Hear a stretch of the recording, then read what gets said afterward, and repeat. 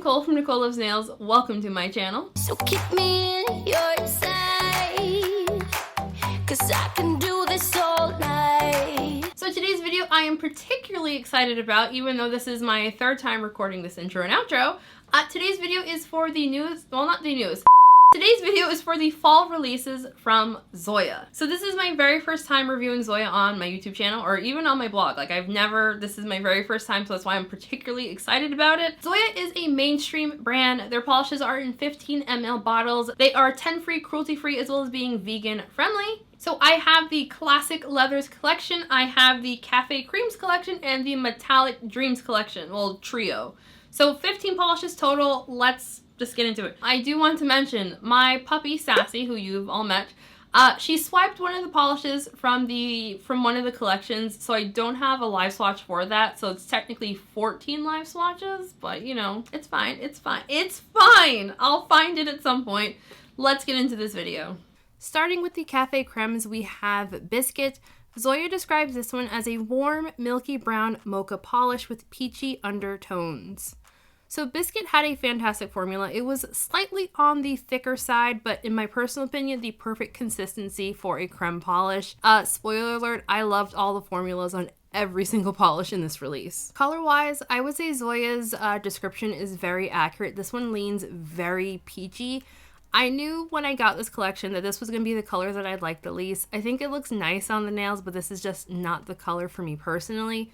This polish in particular, I think is going to be a 2 to 3 coater depending on application, nail length, and personal preference. For my full hand swatches, I only needed 2 coats and I thought coverage was fantastic. For my live swatch, I had a couple of bald spots, so I definitely needed that 3rd coat to reach full opacity. And now we have Kahula. Zoya describes this one as a gingerbread brown with a warm reddish undertone. Kahula also had a fantastic formula. I thought the color on this one was kind of interesting. So Zoya says it's a gingerbread brown with warm reddish undertones. This, I would call it kind of like a red clayish kind of color. It reminded me a lot of colors that I was seeing when I went on my trip to Arizona a few years ago. Like it has like desert vibes. I don't know if that description makes any sense to anyone besides me, but that's what I wrote in my notes, so that's what I'm going with. So color wise, didn't love this one, but I think it looked nice on the nails. I swatched it in 2 coats. And next up we have Remington. Zoya describes this one as a creamy, natural, darkened rosewood brown. Remington had a fantastic formula. It was a little bit thicker than some of the other polishes in this release. It also seemed to dry down a little bit darker than it applied, which I didn't even notice until I was doing my live swatch here. This color kind of surprised me. I wouldn't say this is a color that I would personally gravitate towards, but I really liked how this one looked on my nails. Like I was pleasantly surprised. I also feel like this one has like an almost mauve-ish kind of feel to it. A very interesting color. Like I'm still having a hard time pinpointing exactly what color that I would call it. My photos show Remington in 2 coats plus glossy top coat. And next up is Constance. Zoya describes this one as a deep plum creme polish with blue undertones. This polish also had a fantastic formula. It was a little bit on the thicker side, but as you can see here, it was very opaque. 1 coat and I was good to go. This is another polish that seems to dry down just a little bit darker than it applies, and again, I didn't even realize it until I started doing the voiceovers for these live swatches. Color-wise, I would say this one is not quite eggplanty, but it's in that kind of family. It's got like just a little bit of duskiness to it. I really like this one, and when I was swatching it, I asked myself why don't I own any lipsticks in this color, because I think it'd look really fantastic. And the next polish is called Ophelia. Zoya describes this one as a cool, moody, blackened brown cream polish. This polish had a beautiful formula. This is everything that I wanted from China Glaze's My Broomstick Runs on Coffee. Like, fantastic formula. It is a 2-coater and it just looks absolutely beautiful. I do think this one is dark enough that in low light situations it will likely look a little bit black, but like I found in like daytime indoor lighting, I could tell that it was like a dark brown color. So 2 coats. My photos do include top coat, but this does dry down fairly glossy on its own and no issues on removal. The final polish in the Cafe Creams collection is called Bonnie. Zoya describes this one as a sheer luminous rose gold topper. So Bonnie had a great formula. I was surprised that this one had such a pinky base. I thought like the shimmer was giving it the pinky look in the bottle, but like there is like a little bit of a pink tone to it. In one coat, it is sheer enough that I don't think that pink will change too much of your base color unless you're using a very light color. I don't love this one on its own, to be honest. I swatched it in 2 coats on its own. I was like, yeah, no thanks. So I'll show this one in 1 coat over all of the polishes in this release coming up right here. For Bonnie, removal will not be overly difficult, but you will want top coat just to smooth it out. And here's a Skittle of all of the creams paired with Bonnie, and I love it. I think that as a Skittle, I was very excited to try this one out. The first polish from the Classic Leathers collection is Ono. Zoya describes this one as a dark berry magenta. So this one had a good formula. It has that crelly, squishy kind of feel that some reds often have. I was questioning if it was going to build up for full coverage or not, but I did reach full opacity in 2 coats. To be perfectly honest, this is not my kind of color. Like, I don't love colors like this, but I did think it looked nice on the nail. So when this collection was revealed, I saw some people on Facebook saying that this polish looked a lot like Holo Taco's I'm Over Brew. Side by side, they are not similar at all. Like, these are 2 totally different colors. That is Ono in 2 coats plus glossy top coat and no issues on removal. And the next polish is called Gidget. Zoya describes this one as a rustic orangey mustard with beige undertones. So Gidget had a really good formula. It felt a little bit chalky, but I found it self-leveled really well and I didn't have any problems with it. I will say that this one dries down significantly darker than it looks in the bottle. Like, in the bottle, it looks like a more vibrant yellow, but on the nail, you can definitely see like those orangey, mustardy with the beige undertones kind of thing going on. On the online promos, I thought this was going to be a lot more similar to Holo Taco's Butterscotch Hop, but even like the lighter color in the bottle does not look anything like Butterscotch Hop. So my photos show Gidget in 3 coats plus glossy top coat, no issues on removal. Next polish is called Althea. The brand describes this one as a darkened mossy green. This polish had a fantastic formula. On the first coat, it is a little bit sheer, a little bit uneven, a little bit streaky, but it does build up nicely in 2 coats. I used 2 coats for my full hand swatches. In person, to my eyes, it looked perfectly fine. I noticed during editing that I did see a couple of light spots towards the tips of my nails, but I don't think that would be enough to get me to do a 3rd coat. Like, I think it was just one of those, the camera picks up more than your eye can actually see. I would have hated this color a few years ago, but this year, I really dig this one quite a bit. There's just something about these dark greens that I've just been really enjoying this year. No issues on removal, and my photos do show it with top coat. Next up, we have Sylva. Zoya describes this one as a dark teal with cool undertones. So this polish had a really great formula. It is coming across a lot more blue toned in my live swatch than I realized until this very moment. I'd say it is a true teal in person. It does not lean blue. It does lean cool tone, but it doesn't lean like blue, and it has a bit of smokiness to it as well that I personally really liked. It reached full opacity for me in 2 coats, and of course I did use glossy top coat. So for comparisons, I want to compare this one to Holo Taco's Bring Me the Teal. Again, 2 totally different colors, not comparable at all. Didn't experience any staining with this one, but this is very pigmented. The next polish we have is called Ryder. The brand describes this one as a rich coastal redwood brown. So this one had a good formula. It was a little bit thinner than I was expecting, which you can tell by how I'm just flooding and all of the mess that is this swatch. But overall, good formula. This color leans incredibly warm toned, and I feel like my photos came out a little bit more yellow toned than I would have liked. Tend to like more like chocolatey brown shades and not necessarily like these reddish kind of brown shades, but I do think this one was really pretty. I surprised myself and I actually really enjoyed this polish quite a bit. It was opaque on me in 2 coats, and of course my swatches do include glossy top coat.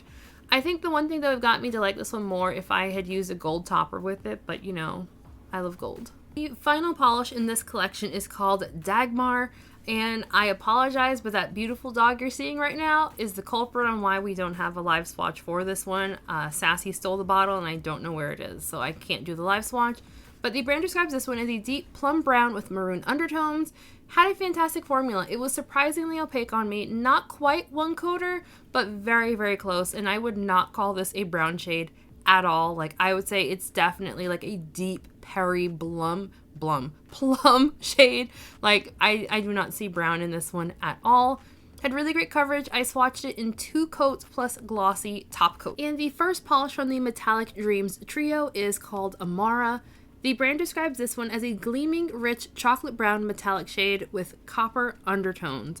So this polish had a fantastic formula. It was opaque on me in just 1 coat. That's right, a 1 coat wonder. I really love the base color on this one. I was kind of hesitant on these a little bit, but this one is exactly as described. I don't generally love metallic shades, to be perfectly honest, but this one was really gorgeous, and I actually got this one out in natural lighting, so that is what you were seeing here. I was pleasantly surprised that there were no brush strokes through this, even though it is a metallic, so my photos show it in 2 coats plus glossy top coat. This next polish is called Matlida. The brand describes it as a metallic sweetheart pink submerged with gold shimmer. So Matlida had a beautiful formula. This was the most sheer out of all the 3 polishes in this collection. This was also the polish I was most excited for out of all of the fall polishes from Zoya. I like this one. It is real nice. I like it a lot. Everyone knows that I am a sucker for like pink plus gold, or like literally anything plus gold. So yeah, I really like this one. I do think this polish is likely going to be a solid 3-coater, especially if you have longer nails. Like if you have any kind of nail line, it's probably going to be a 3-coater. But I can give Zoya a pass for doing a 3-coater because this one is like a specialty finish. And here it is out in natural sunlight. And yes, I started to remove the polish, but then I realized it was still sunny out, so I ran outside to get some daylight shots. So that is 3 coats plus glossy top coat and easy removal, but a little bit messy. And the final polish is called Moki. The brand describes this as an earthy olive metallic submerged with gold undertones and micro glitter. So this had a fantastic formula. I do not see olive anywhere in this. Like it's gold. So yeah, I don't see the earthy olive. Maybe like a little bit of brown in there. Like I could see calling it like an antique gold. And also, if there are micro glitters in here, they are incredibly tiny, because like this was not textured. I did not see, like, there were sparkles, but I thought it was just like the metallic shimmeriness and not necessarily glitter. Here it is out in natural lighting. It was almost 7 p.m. so like there was barely any sunshine out, but I wanted to show it in natural lighting anyway. So I swatched this one in 2 coats plus glossy top coat, easy removal. So final thoughts. So I'm just going to talk about each collection separately. So when I bought the Cafe Creams collection, I thought that was going to be like a, not necessarily a dupe for China Glazes, I don't give a sip, but I thought they would be a lot more similar than they ended up being. So I was pleasantly surprised, 1, because that collection was trash, and 2, so I was pleasantly surprised that the polishes in Zoya's release, they were not nearly as similar to China Glazes at all. So I was really happy about that. And as you saw, the formulas were 1,000 times better than China Glazes. Obviously, I really liked that Zoya included a topper with this release. I find myself leaning for creme finish collections, like collections that are creme heavy. I'm finding that if there's like a glitter topper thrown in there, I tend to like them just a little bit more. And I feel like Bonnie went really well with all of the polishes in this release too. But you know, for the Cafe Creams collection, I knew when I bought that one that I was likely not going to love a lot of the lighter brown shades, because I don't like those on me. I just don't. But I was pleasantly surprised that I did actually end up liking that collection quite a bit. So my top picks from the Cafe Creams collection will be Bonnie and Ophelia. As far as the Classic Leathers collection, when I first saw the photos on Zoya's website for that one, I did think that the color story was kind of similar to Holo Taco's Tea Cremes collection. I will honestly say, once I got them on the nail and saw how everything was swatched, I don't think they're really that similar anyway. And like, I saw some people on Facebook saying that Zoya copied Holo Taco, which I think is kind of laughable, to be honest. Like, they're very like fall appropriate colors, so like the color story isn't like earth-shattering new either from Zoya or Holo Taco, but like they're very fall colors, which I think are really beautiful. So my favorites from this collection are going to be Althea and Ryder. I really like those colors a lot. As far as the Metallic Dreams collection goes, no one's going to be surprised that the pink Matlida is going to be my favorite one from that one. I just really like pink polishes. I thought I'd like this collection more than I ended up liking it. I didn't like it that much, but I did like how most of the polishes were particularly opaque. I feel like Matlida was the most sheer, but it was still really nice. Okay, so I'll do a final thoughts on Zoya because I have some things I want to say on my channel about Zoya. My current pet peeve with Zoya is that they come with a very, very skinny brush. Like all the polishes come with a skinny brush. If you order the polishes as they're released or during a sale period, generally Zoya gives the Z wide brush, aka the wide paddle brush that I'm using for my swatches. They give you that one for free. However, if you don't buy it during a sale or when they're just as released, the Z wide brush costs $2. And like I said on my first Hello Taco video, I kind of understand the price point only because if you disassemble the whole brush from Zoya, the cap that they have in there, it seems to be a custom cap. So I can understand why they'd want to make their money back on just like giving away the custom cap. However, Zoya touts themselves as a very eco-friendly, earth-friendly kind of brand. Like the packing peanuts that they ship their polishes in the boxes, the packing peanuts are dissolvable. So if you pour water on them, they dissolve. Like they're made of like corn, I think it is. And every year for Earth Day, they do like a massive sale where you can send in your old nail polish. It doesn't have to be Zoya, any brand. You can send it to Zoya and they will recycle it for you. So I kind of feel like Zoya's marketing has always been very earth-friendly, very like people-friendly. Like they allegedly, I don't know if this is true, started like the whole 3 free thing and now they're 10 free. So I find it strange that a brand that touts themselves as being eco-friendly, earth-friendly, and all of these things has so much needless plastics in their stuff. So basically, when you swap out the normal brush for the Z-wide brush, you basically throw out all of that plastic. As far as I know, you can't recycle those brushes. My biggest question to Zoya is one, when are you gonna just give us the Z-wide brushes default? Or let people choose when they're ordering what brush it comes with?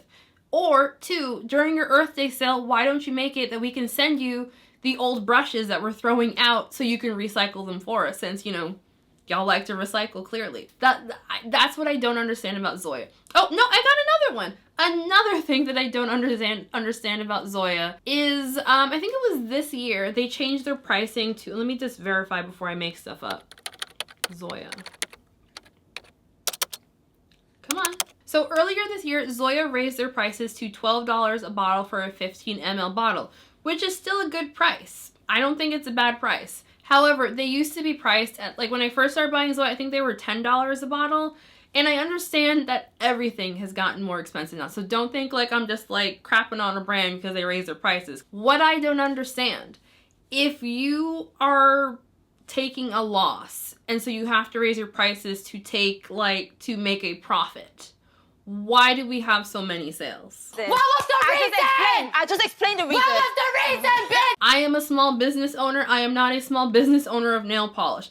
But if I was doing something that was losing me money, aka doing 70% off sales every 3 months, I would say to myself, Nicole, we should stop doing these sales and losing money, and so we don't have to raise our prices. That's what I would say to myself. Like, try to make up the cost somewhere else. I understand why they did the price raise, because everything got more expensive. I don't understand why we're still having so many sales then. And I say this because like I've been buying Zoya for like, I don't know, 6 years now, maybe something like that. Until I started purchasing polishes by Zoya to review, I have never purchased Zoya's full price. Never in my whole life. I always waited for a sale. And I know I'm not the only person who does that. I don't understand what Zoya's doing. Like, I know brands, when they do sales, they get more purchases than they do when they don't do sales. So I understand that line of thinking. But, like, just do less sales and don't raise the prices. I don't get it. I don't think Zoya's gonna answer my question. Maybe someone who's, like, more business savvy than me can answer this question in the comments. Like, let me know. Because, like, I don't get it. I don't get it, and I would love to get it, and I don't get it. Maybe I'm missing something. I don't know. Whatever. All of these polishes are available right now on the Zoya website.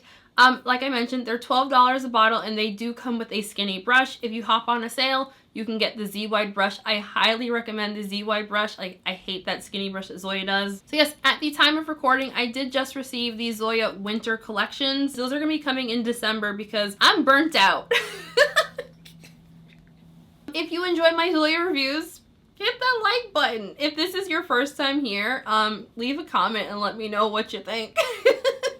If you've watched my videos before and like, I don't know, just let me know if you all like Zoya. Like, I would love to have like a discussion going in the comment section. And before we end this video, I do want to give a quick shout out to all of my channel members. Thank you so much to my besties. Thank you all so very much for watching and listening to me ramble on and on. Yeah, I'll just talk to you all in the next video. Bye.